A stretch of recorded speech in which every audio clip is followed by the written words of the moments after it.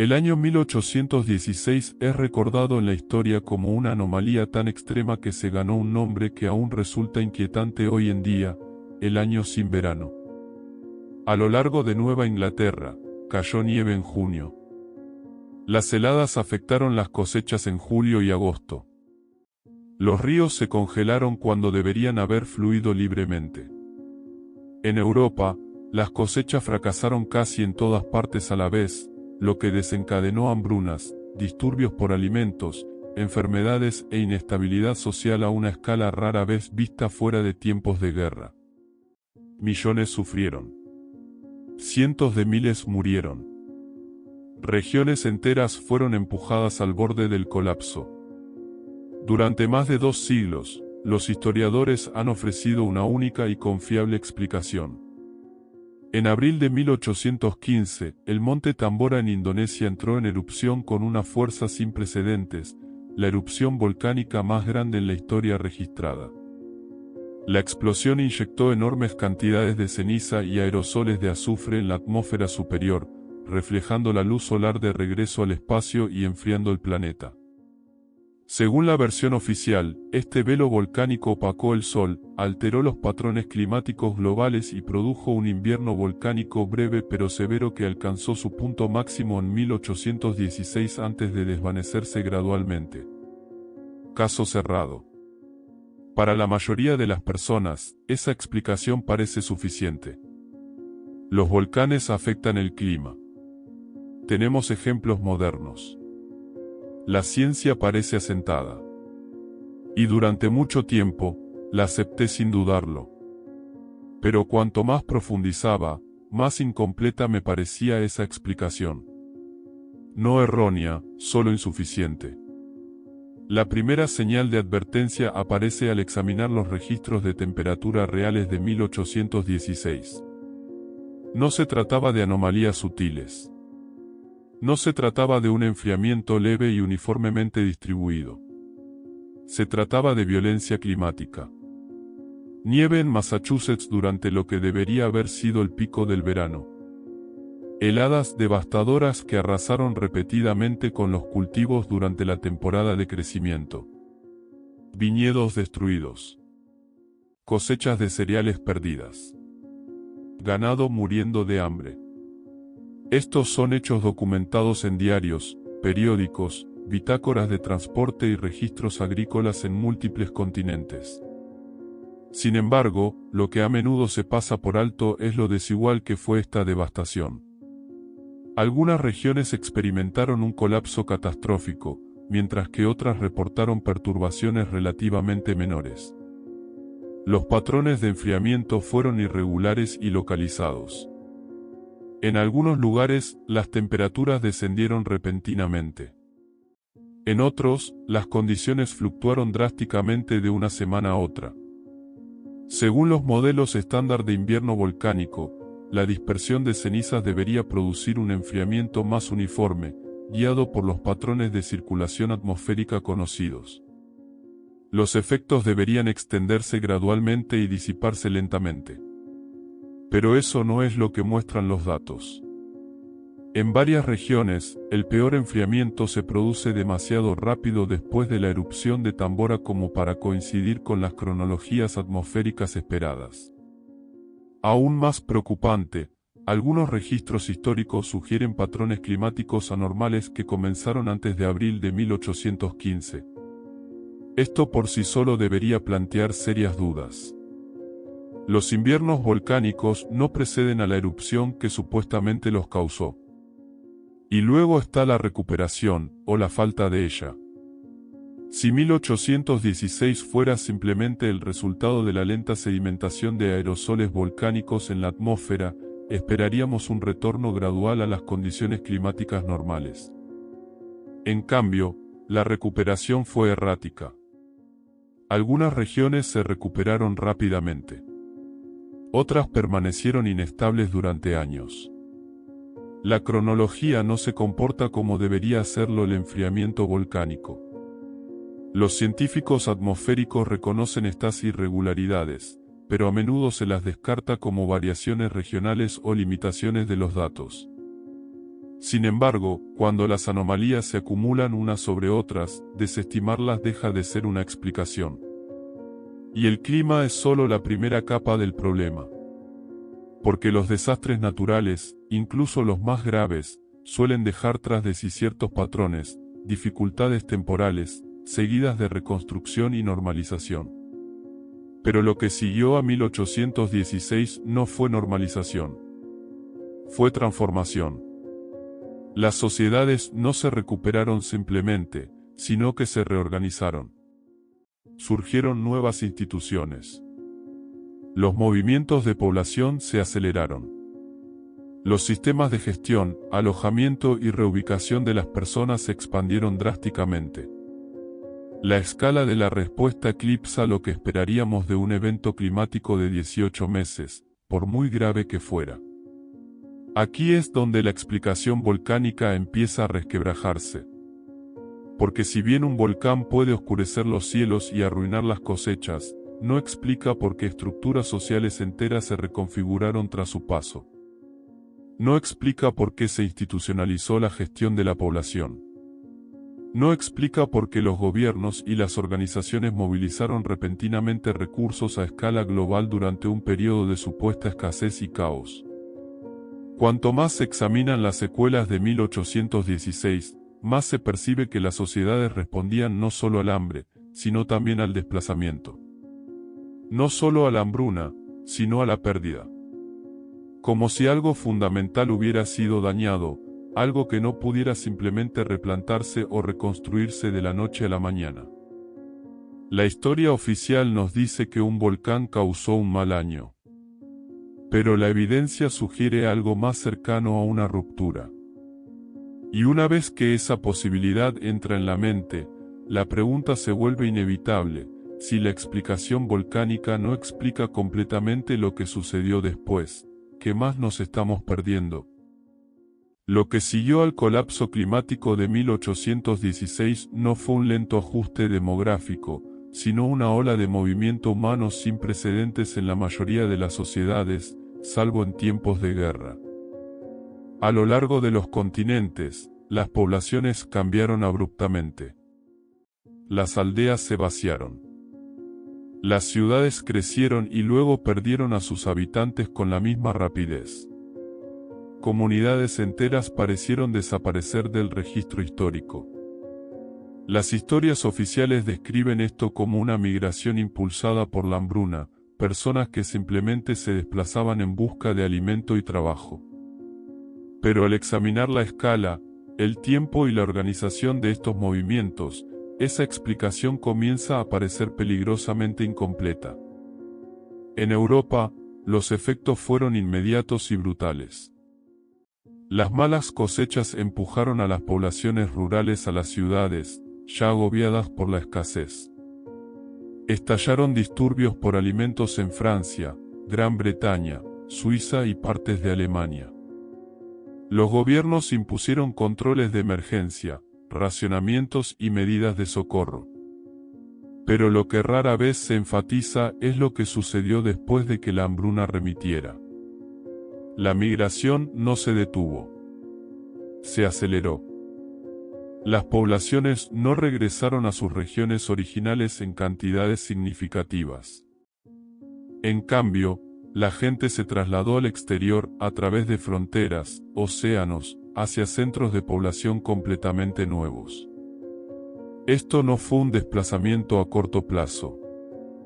Fue un reasentamiento permanente. Rusia presenta una anomalía similar. Los datos del censo de principios del siglo XIX revelan cambios repentinos en la densidad de población que no pueden explicarse claramente solo por la pérdida de cosechas. Algunas regiones pierden población abruptamente, mientras que otras ganan mucha más gente de lo que los modelos de migración natural predecirían. Estos cambios ocurren demasiado rápido y con demasiada coordinación como para ser puramente espontáneos. Sugieren un movimiento organizado, no una deambulación desesperada. En Asia, el patrón se vuelve aún más inquietante. Los registros demográficos de partes de China y el sudeste asiático muestran lagunas inexplicables, periodos en los que los datos de población se vuelven vagos, inconsistentes o completamente ausentes. Las comunidades aparecen en un registro y desaparecen en el siguiente. Las explicaciones oficiales apuntan a hambrunas, enfermedades y caos administrativo. Sin embargo, estas explicaciones no explican la precisión con la que las poblaciones reaparecen posteriormente en otros lugares, a menudo concentradas en asentamientos recién organizados. Sin embargo, en ningún otro lugar esta rareza es más visible que en Estados Unidos. A partir de las décadas posteriores a 1816, Estados Unidos presenció el surgimiento de uno de los programas de reubicación infantil más grandes y sistemáticos de la historia, el movimiento de los trenes de huérfanos. Entre 1853 y 1929, más de 200.000 niños fueron transportados desde ciudades del este a familias rurales en el Medio Oeste y el Oeste. La narrativa oficial presenta esto como una respuesta humanitaria a la pobreza urbana, el hacinamiento y la desintegración familiar durante la rápida industrialización. Pero esta explicación se derrumba bajo escrutinio. No se trató de una iniciativa benéfica poco organizada. Fue un sistema coordinado que incluía redes de transporte, instituciones religiosas, cooperación gubernamental y procedimientos estandarizados. Los niños fueron reunidos en grandes cantidades, subidos a trenes y redistribuidos en oleadas. Muchos no tenían padres documentados. Se perdieron los registros de nacimiento. Las historias familiares terminaron abruptamente. En innumerables casos, no había rastro de origen más allá de la institución que los trajo al mundo. Si estos niños fueron principalmente víctimas de la pobreza causada por la hambruna de 1816, ¿por qué no coincide la cronología? Los peores efectos climáticos terminaron en 1818. Sin embargo, los trenes de huérfanos no alcanzaron su punto máximo hasta décadas después. ¿A qué se debió el retraso? ¿Por qué persistió el programa durante casi 80 años? ¿Por qué la respuesta no fue inmediata, sino prolongada y en expansión? La industrialización por sí sola no puede explicar esto. La pobreza urbana existía antes de 1816. Las dificultades económicas no aparecieron de repente. Lo que sí cambió fue la aparición de sistemas diseñados no solo para ayudar a las familias, sino para separar permanentemente a los niños de sus lugares de origen, para alejarlos de regiones específicas, para borrar la continuidad. Este patrón refleja lo que vemos a nivel mundial. La migración posterior a 1816 no fue caótica, sino direccional. Las poblaciones se alejaron de ciertas áreas y se concentraron en otras. Surgieron instituciones para gestionar este proceso. La escala implica planificación.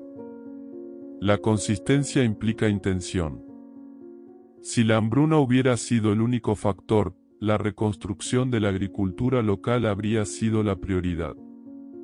En cambio, observamos una retirada a largo plazo de poblaciones, especialmente de niños, de sus entornos. Esto sugiere algo más que hambre. Indica zonas que no pudieron, o no debieron, ser repobladas. Desde esta perspectiva, las migraciones posteriores a 1816 empiezan a parecer algo mucho más inquietante que un ajuste económico. Se asemejan a la reubicación de supervivientes. Una respuesta planificada a una catástrofe que dejó ciertas regiones inseguras, inestables o incompatibles con la historia que se contaría posteriormente. Y una vez considerada esa posibilidad, la pregunta pasa de por qué se desplazaron las personas, a que se alejaban de ellas. A medida que los movimientos de población se aceleraron en las décadas posteriores a 1816, surgió discretamente otro patrón, uno que rara vez se analiza junto con la hambruna y la migración, pero que podría ser aún más revelador. En múltiples continentes, comenzaron a aparecer en oleadas enormes edificios institucionales. Orfanatos, asilos, casas de trabajo, reformatorios, casas de pobres, estructuras de enorme escala, sorprendente uniformidad y sorprendente complejidad. La historia oficial presenta estos edificios como respuestas humanitarias a la pobreza, la enfermedad y el desorden social. Pero, al examinarlos detenidamente, su diseño, cronograma y coordinación plantean preguntas que la explicación estándar no puede responder fácilmente. Si el mundo realmente se hubiera hundido en la ruina económica por la hambruna, esperaríamos que la construcción se ralentizara, no que se acelerara. Los recursos deberían haber sido escasos. La mano de obra cualificada debería haber sido escasa. Los gobiernos deberían haber luchado simplemente para alimentar a sus poblaciones. Sin embargo, en cambio, se movilizaron enormes cantidades de piedra, ladrillo, hierro y madera. Aparecieron grandes equipos de constructores capacitados. Los planos arquitectónicos estandarizados se replicaron en todas las regiones e incluso a través de las fronteras nacionales. Esto por sí solo sugiere que las sociedades de principios del siglo XIX estaban mucho más organizadas y mucho mejor preparadas de lo que solemos decir. No se trataba de refugios improvisados, construidos a toda prisa para albergar a los pobres. Muchas de estas instituciones eran monumentales. Gruesos muros de mampostería. Cimientos reforzados. Disposiciones simétricas. Techos altos. Sistemas de calefacción avanzados. Redes de ventilación complejas. Algunos edificios podían albergar a miles de ocupantes, superando con creces la necesidad oficial para la que supuestamente fueron construidos. La escala no era reactiva, era anticipatoria. Aún más sorprendente es la consistencia. Ya sea en Gran Bretaña, Europa continental o Norteamérica, estas instituciones comparten características de diseño comunes: corredores centralizados, alas segmentadas, puntos de acceso controlados, patios cerrados. El parecido es tan fuerte que sugiere un conocimiento arquitectónico compartido y un propósito compartido. Sin embargo, según los plazos oficiales, existía poca coordinación internacional, una infraestructura de comunicación limitada y ningún organismo de planificación global capaz de garantizar dicha uniformidad. Esto plantea una pregunta obvia: ¿cómo llegaron regiones desconectadas a soluciones casi idénticas al mismo tiempo? Las propias características arquitectónicas acentúan el misterio. Muchos de estos edificios incluyen elementos de diseño que parecen excesivos si su único propósito fuera albergar a los pobres. Sistemas de ventilación capaces de filtrar grandes volúmenes de aire. Sistemas de calefacción diseñados para mantener temperaturas internas estables a pesar de las condiciones externas extremas. Refuerzos estructurales que van mucho más allá de los requisitos básicos de seguridad. En algunos casos, niveles subterráneos con acceso controlado y construcción pesada. Estas no son características que se diseñan para un alivio a corto plazo. Son características que se diseñan cuando se prevé inestabilidad ambiental a largo plazo. Igualmente desconcertante es la continuidad arquitectónica visible en estas estructuras.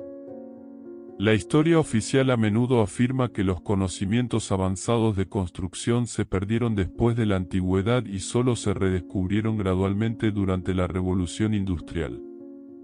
Sin embargo, estas instituciones del siglo XIX muestran ingeniería de precisión, conocimiento acústico, técnicas de distribución de cargas y dominio de los materiales que sugieren una transferencia ininterrumpida de conocimientos. No hay una sensación de ensayo y error. No hay una curva de aprendizaje visible. Los constructores ya sabían lo que hacían. Además, está el problema de la atribución. Muchos de estos edificios tienen una datación imprecisa. Algunos se asignan retroactivamente a periodos anteriores sin una documentación clara. Los registros de construcción faltan, están incompletos o son contradictorios. En algunos casos, los edificios aparecen completamente formados en el registro histórico, sin una explicación clara de cómo o cuándo se construyeron. Esto no es normal para estructuras de tal escala y costo. Si estas instituciones fueron simplemente respuestas a la pobreza causada por un invierno volcánico, ¿por qué se diseñaron para durar siglos? ¿Por qué se parecen más a fortificaciones que a refugios? ¿Por qué aparecen simultáneamente en regiones que supuestamente carecían de los medios para coordinarse? El problema más profundo es logístico. La construcción institucional a gran escala requiere planificación, cadenas de suministro, redes de transporte y autoridad administrativa. Según la historia convencional, gran parte de esta infraestructura aún no existía o estaba en sus inicios. Y, sin embargo, la respuesta fue rápida, coordinada y notablemente consistente. Esto sugiere que la infraestructura ya existía. En lugar de inventar nuevos sistemas en respuesta a los desastres, las sociedades pueden haber activado el sistema de emergencias. Vistas desde esta perspectiva, estas instituciones dejan de parecer soluciones caritativas a la pobreza para convertirse en mecanismos de control. Lugares para albergar, gestionar y aislar a grandes poblaciones durante largos periodos. Lugares diseñados no solo para cuidar a las personas, sino para regularlas, protegerlas y quizás resguardarlas de un entorno que ya no era estable ni seguro. Si hubiera ocurrido algo verdaderamente catastrófico, algo más allá de una mala cosecha, entonces estos edificios cobran sentido. No son solo signos de compasión. Son signos de preparación. Y una vez reconocida esa preparación, la pregunta se vuelve inevitable: ¿qué tipo de amenaza requiere este nivel de previsión arquitectónica, uniformidad global y compromiso institucional a largo plazo? En este punto, la investigación llega a un punto donde las explicaciones simples ya no son válidas. Cuando las anomalías climáticas, la reubicación masiva de la población y la construcción institucional sincronizada se consideran en conjunto, dejan de parecer consecuencias independientes de una erupción volcánica y comienzan a asemejarse a una respuesta coordinada a algo mucho mayor. Aquí es donde la hipótesis del invierno nuclear, por incómoda que sea, se vuelve imposible de ignorar, no como una afirmación, sino como un marco que explica patrones que la narrativa oficial no puede. Un evento nuclear a gran escala produce efectos específicos y bien documentados. Caídas repentinas y extremas de temperatura. Enfriamiento irregular basado en la distribución de la lluvia radiactiva en lugar de la circulación atmosférica. Zonas localizadas de impacto severo junto a áreas de relativa estabilidad. Inicio rápido en lugar de cambio gradual. Peligro ambiental a largo plazo en lugar de una perturbación de corta duración. Al comparar estas características con los datos climáticos de 1816, la alineación es inquietante. Los cambios de temperatura fueron abruptos. La severidad fue desigual. La recuperación fue inconsistente. Estas no son las características de un invierno volcánico lento y uniforme. Pero el clima por sí solo no es el indicador más fuerte. La respuesta humana sí lo es. Una catástrofe a escala nuclear requeriría una gestión poblacional inmediata. Los sobrevivientes tendrían que ser reubicados lejos de las zonas afectadas. Se necesitaría establecer alojamiento a largo plazo. Las instituciones capaces de controlar el entorno, el movimiento y el comportamiento se volverían esenciales. Los registros de lo que existía antes podrían tener que desaparecer, no solo por malicia, sino para prevenir el pánico, la agitación o el colapso del orden social. Sería necesaria una explicación simplificada. Algo natural. Algo familiar. Algo que no plantea preguntas sobre tecnología prohibida ni capacidades perdidas. Un volcán encaja a la perfección. En este contexto, los trenes huérfanos adquieren un significado mucho más sombrío. La reubicación sistemática de niños con historias perdidas, alejados de regiones específicas, ubicados con nuevas familias, despojados de su origen, empieza a parecerse a la eliminación de testigos. No solo víctimas de la pobreza, sino sobrevivientes de comunidades destruidas. Personas cuyos recuerdos e identidades los conectaban con un mundo que ya no podía reconocerse. La cronología cobra sentido de repente. Los programas no alcanzaron su máximo potencial de inmediato porque la tarea no era de ayuda de emergencia. Era una reestructuración a largo plazo. Era necesario absorber generaciones, reescribir identidades, romper la continuidad. Eso lleva décadas. La evidencia arquitectónica refuerza esta interpretación. Muchas estructuras anteriores a 1816 muestran una sofisticación ingenieril que contradice la narrativa del progreso industrial gradual. Precisión acústica. Sistemas de carga avanzados. Alineaciones astronómicas. Trazados urbanos planificados con exactitud matemática. Estas no son obras de sociedades tecnológicamente primitivas que avanzan a trompicones. Son los restos de personas que entendieron principios que nos dicen que no podrían haber conocido. Luego viene la ruptura. Después de 1816, la humanidad no se lanza a la innovación. Lucha. Las tecnologías parecen fragmentadas.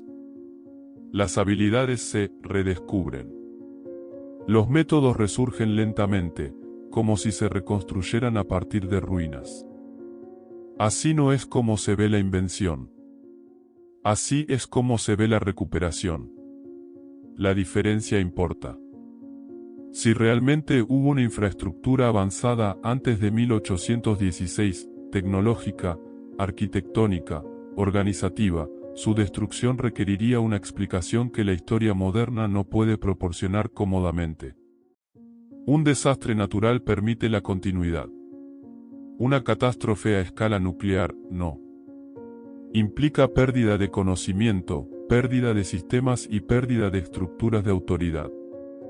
Implica que lo que siguió no fue el nacimiento de la modernidad, sino la reconstrucción de algo roto. Aquí es donde entra la hipótesis tártara, no como folclore, sino como un intento de nombrar lo que la historia oficial deja sin definir.